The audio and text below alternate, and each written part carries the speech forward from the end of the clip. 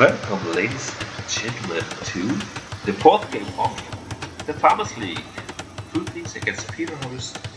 We have Fruitleys in red against Peterhost in yellow. And we have African Reeds being selected by the players.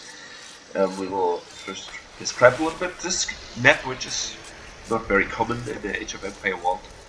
We have in the very north and in the very south a pond near each of the players, where it's very nice in the early stages at least to have documented some deep fish or dolphin collection. And furthermore, we have two rhinos, standardly some zebras. Poor woodlands. It's not the richest maps in terms of food. And in the middle we have a lot of stone and also a lot of turtles too. Stone, please.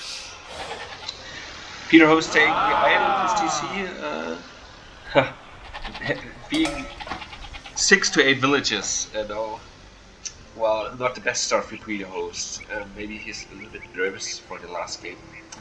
And what I didn't mention is the gold on the left and on the right, which is very important because the gold tiles in the home base might extinguish quite soon. So for the later stages, for sure, left and right of the map are very important.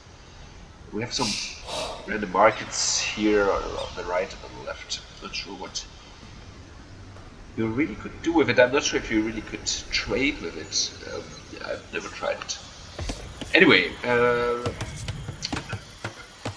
both players, I think, started very in a standard way, I would say. We will see if one of these two is going for the dog.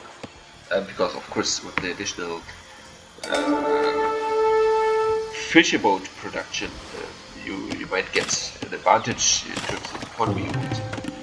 So yeah, actually a dock is very strong here, but on the other side it's a very nice target for a potential rush with militia.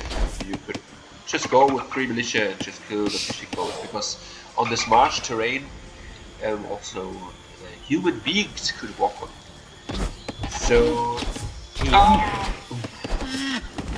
luring his second or his first rhino into SEC, almost losing the village of Peterhost. Seems quite rusty here. Anyway, didn't lose anything so far. Villager number is now dead even. Might be that also Fruitleys has idled a little bit. Now stealing some goat. We will see if he's really successful with it. He has the stronger scout, so he should not go away with these 2 goats, to be honest.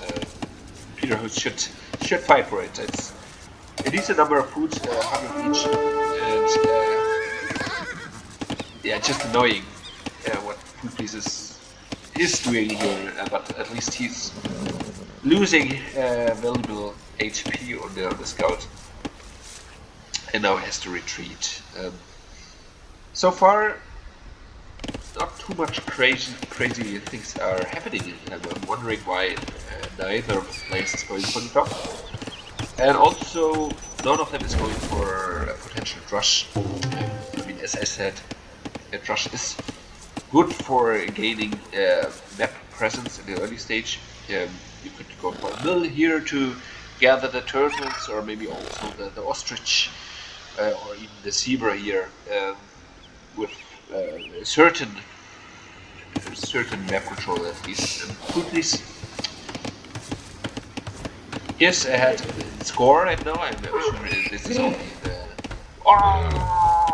Peterhost. Oh, it's losing a villager. To the right. Maybe losing the second. Oh, come on. Almost losing a second villager to the rhino. Of course, I mean, rhinos are I think making more damage than normal boar. I'm not sure actually, but still losing a villager is not a good sign. Maybe he was too distracted during pushing his zebra into the TC. On the other side, Footleys is doing the same. Of course, he has a weak scout, so he has not too many other options. And now we will see if he's either going for the gold or the stone. And this is very satisfying mining camp actually. So I'm not sure if Footleys really wanted to have a villager. So, he didn't. But anyway, it's looking like fast castle for both of them. Well, Footleys going to fuel right now, so we might see some aggression by Footleys, but he is not on any building so far, so he has no barracks. He could not build a stable, which would be strong because he could punish Peterhost. Fast castle approach here. Peterhost, no, building a militia. I'm not sure. I mean, he has not got anything Footleys space, but I think he might think about rushing his potential dog, which is not existing. Having an idle villager here, building the dog right now, very well done. Maybe too late, he could have built it earlier. But anyway, I like the single militia rush of Peterhost. Footleys, we will see what he's doing right now. Going for a very well planned fast castle. He has the blacksmith at the market, just lacking 200. Now having all the resources and taking up right away. Very well done. Peterhost on the other side could punish it if he wanted to. He's now going for the stable. Also, I like that he is having the dog, doing also the fishing ship here. But it might be that the scouts are coming in a moment when Footleys already has some knights, maybe. He's still lacking a barrack, but Footleys is going out to the left goal, now being harassed by the lion. But at least he has loot, so he has some survival potential, if he has any attention. But anyway, I think we will see some aggression there, maybe some forward base in the face of Peterhost. But I think, yeah, Footleys is not expecting the scout build of Peterhost. So Peterhost now going forward could hit the goals. I mean, there's no dog to hide to hit. Footleys being well aware of the danger, of the potential danger. I'm sure he has scouted the stable.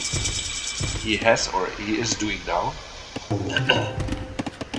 And so he will be quite aware that some scouts might come into his base.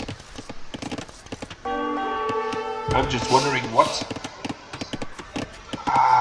Peterhost is going back to find his villagers. I mean, it's very well played. I mean, the forward base of Footleys might just be denied here, right? Very well done, actually. I mean, I like that he found these two villages. But it might be that just two scouts in the base of Footleys might make way more damage. But anyway, the forward siege workshop is denied, and the fast castle of Footleys might not make too much sense in this very moment. I mean, now he's building barracks, then he can build a second military building. And on the other side, Peterhost is having his scout number, is having the map presence, could also go forward to the middle area actually. But yeah, I like the activity of the scout. Look, if he is aware, he is going to the middle to have some presence there. But now finding the scout. I think Peter Host is too afraid of Footloose. I mean, he could just go forward and try to deal some damage. I mean, well, Footloose is very well walled, but I'm not sure if, for example, here is a gap or it might be an overshot at some time. But Footloose on the other side is too stubborn with the forwards. Now getting very forward with these two villagers. Maybe a bit too much. I mean, Peter Host can just see the second forward and being very well aware, immediately going there with the scout to just deny us, and also going forward with villagers, which is very nice to deal with the spearmen there. Very well done by Peter Host, building down the market, and not too far away, especially also with the poor fishing economy, to go to the castle age. But yeah, unfortunately, Footloose has a situation of now building Scorpions, very nice, but Scorpions is not too strong actually against the scouts of Peter Host. So Peter Host should not fight with villagers, not spend too much idle time on a building he cannot avoid because it's already built. He maybe should wall, maybe, yeah, he is already very well walled actually. Building attacks is also very nice. And yeah, in terms of villages, I mean, he looked at the difference. Footloose simply didn't produce for a long time. I mean, 23 to 38, it's just ridiculous. Yeah, this is why you don't stay there with villages. But now going for the cartilage, maybe for some important resources you go for a tower maybe, or you go to this gold actually, also potential. And I'm not sure if Peter has already hit anything off Footloose. Anyway, we have the 4 scorpions, 5 scorpions. Once Peter Host has enough knights to deal with them, it should be no problem. Knights should be a decent counter to scorpions. Or on the other side, some Megadils might also be nice, but this will take some time once he has hit the cartilage. He should think about more gold miners on gold mining. Hopefully he will not be too afraid because, yeah, as I mentioned, we have the villager difference 26 from Footloose to Peter Host, 36. And Peter Host has the advantage. Should build scouts right away, knights, sorry. And he is doing that very, very well. Yeah, he can, with 1 or 2 Megadons and a group of knights, he can deal with it quite easily. And once this forward is cleaned,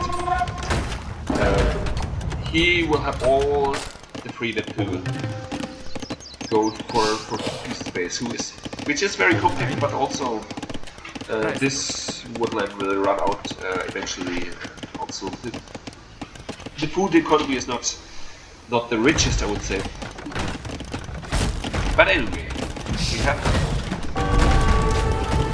Not sure if he already has built a Megadol. I think it might be that he elected gold for it, but he should actually.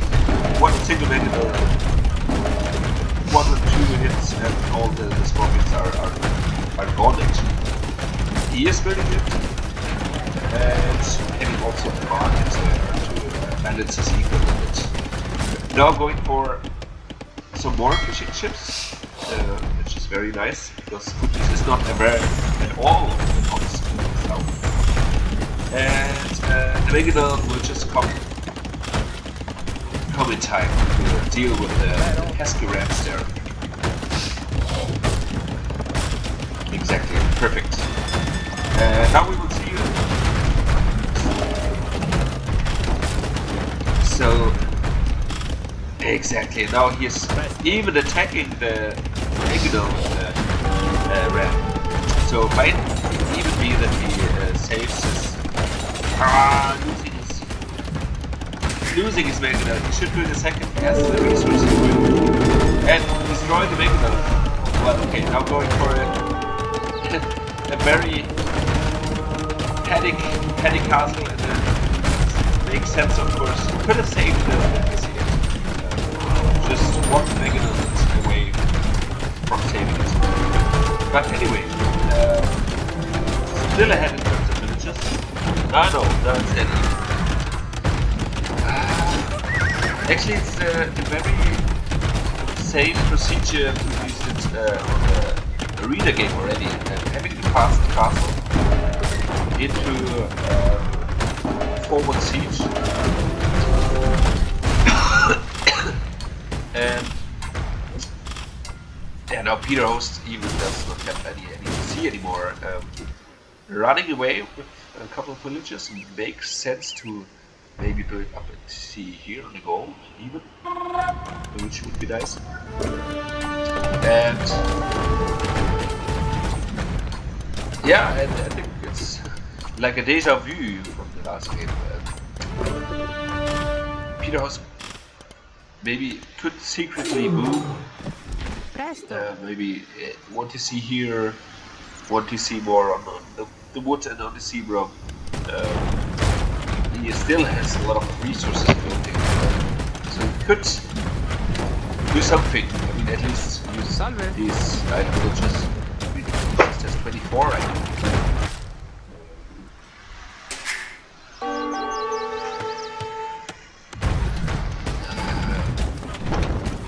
Poor Peter. Why this is always going away with this kind of strategies? That doesn't make sense. Peter had the great advantage, but I think as last game he was too afraid of his aggression, which he shouldn't, because as we have seen, he had a very messy economy, like idling his TC, not having 24 villages at a time where he should have 34 maybe. But well, I mean, the push turned out to be very effective. And just a couple of scorpions are enough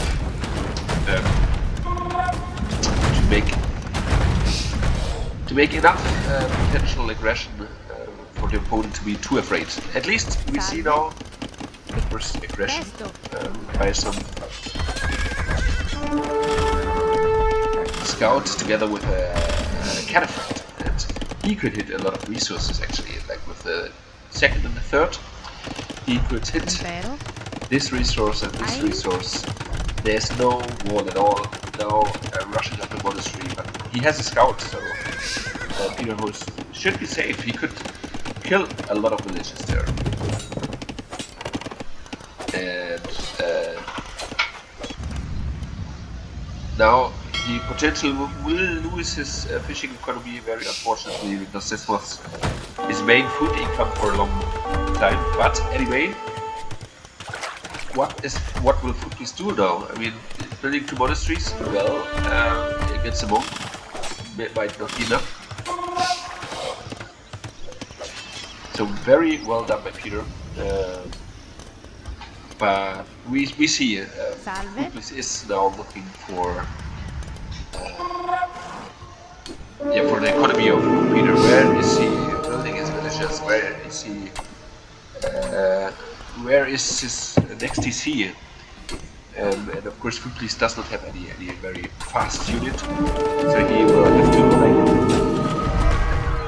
crawl slowly towards the left, where he's potentially thinking Peter was going. Peter's now rushing up a stable, hopefully being Pero? good in his micro here. I mean, Calabrese are just idle. Unfortunately,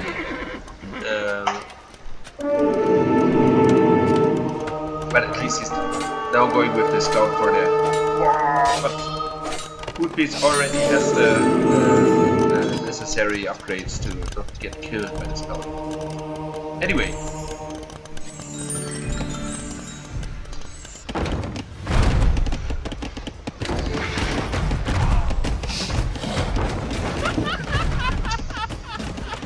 So, yeah, even though Peter has this pretty placed castle, and even though the score difference is not too high, I'm sure we will see GG quite soon. I mean, yeah, of course, Foodbeast is saying his economy is a mess. He's right with it. I mean, having all villages of gold was like this. What is this woodland? But still, he is ahead. Once this TC is dead, what should Peter must do, right? I mean, there is no secondary TC in this very moment. And also right now, Foodbeast has units special. Anyway, Peter Host could now building a TC near the castle, very nicely done, because the castle will protect him.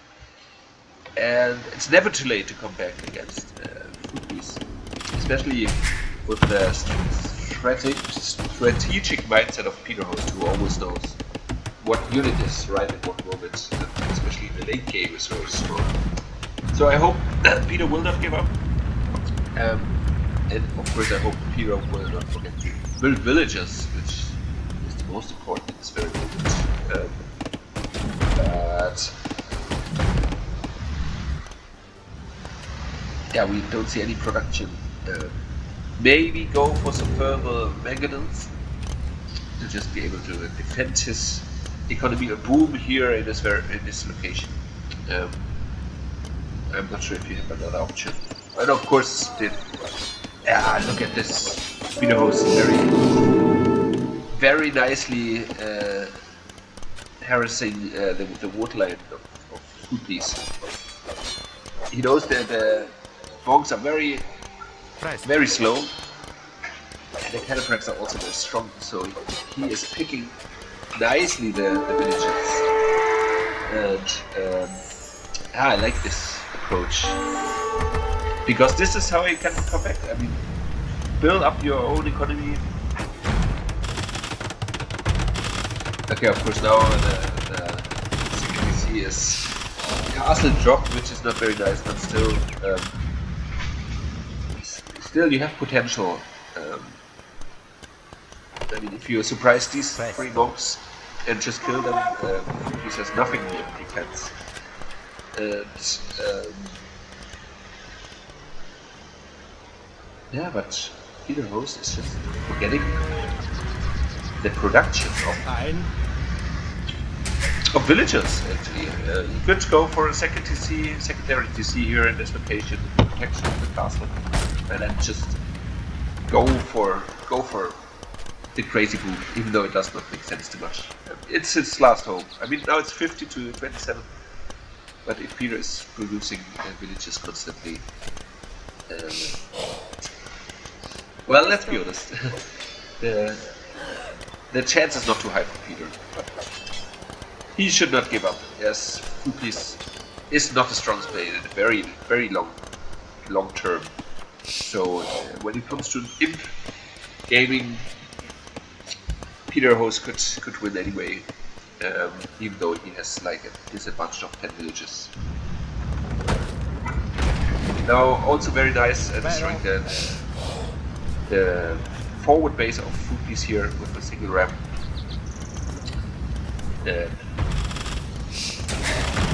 He should escape with his villagers, at least not produce any more out of it.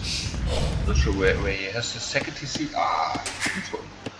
Very well. And then just escape with these more traders, of course.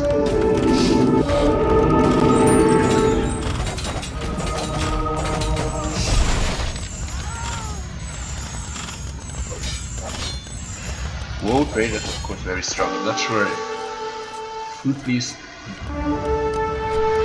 aware of the TC the right side now, passing with a single skeleton, but it's just a good hidden TC by Peter. Maybe he comes away with it. And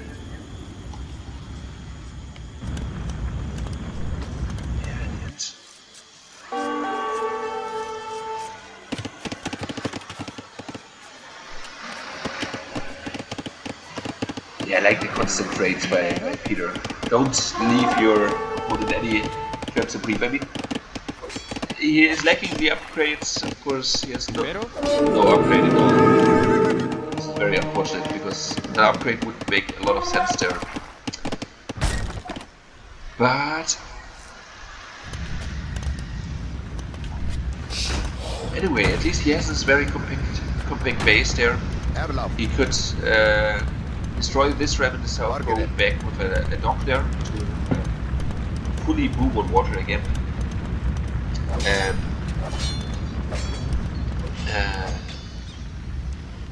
yeah, he's not done yet. Even though this ball of Woad Raiders they're squarey together with monks and scorpions, and of course, Foodbeast thought about his unit choice very well. If we see the advantages of health, infantry moves 50% faster, but also siege weapons fire 25% faster. And yeah, this is of course a strong bonus here, especially with scorpions. So very well done. The ram is destroyed. Would be still not aware of the TC here. And Food is now going for the very aggressive castle. Maybe go out of my game castle. We will see what Peter reaction will be. He could even go for... I'm not sure. He could drop a second castle if he wants to protect the whole of his base. Yeah, I think it looks very dire for him. Look at the number of rams and the number of Woad Raiders. They can just run in there, not carrying too much of the castle fire they don't want. Also have second armor upgrade already, very strong. So even the sea fire will not affect it too much.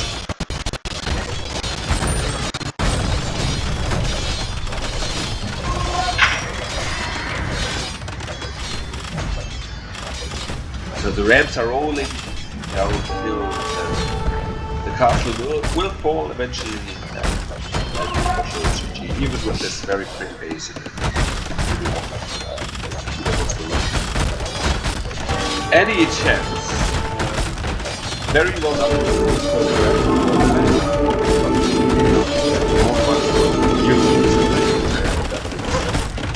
GG well played, I'm sure. Not sure about the first two games, but it looks like he's the third game.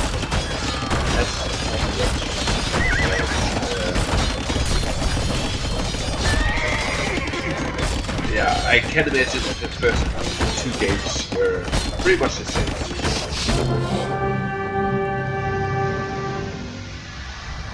So what did we learn from this matchup? I mean, Peter Host was very well defending in the beginning. Might be that he was too afraid again. He could have harassed more with his scouts. Because Foodbeast was not having any defense at all beside the walls. And yeah, then it's a matter of time, right? When you build up your first Megadon. This is a crucial moment when you have your first Megadon. All the scorpions are useless, and also the rams cannot achieve that much anymore. And yeah, maybe Peter Host should have Mangalore to a couple of minutes earlier than the moment I could have shifted. Anyway, it was a nice game. And thank you for listening. And I wish you a very nice Farmers League this year. So take care and see you. Bye bye.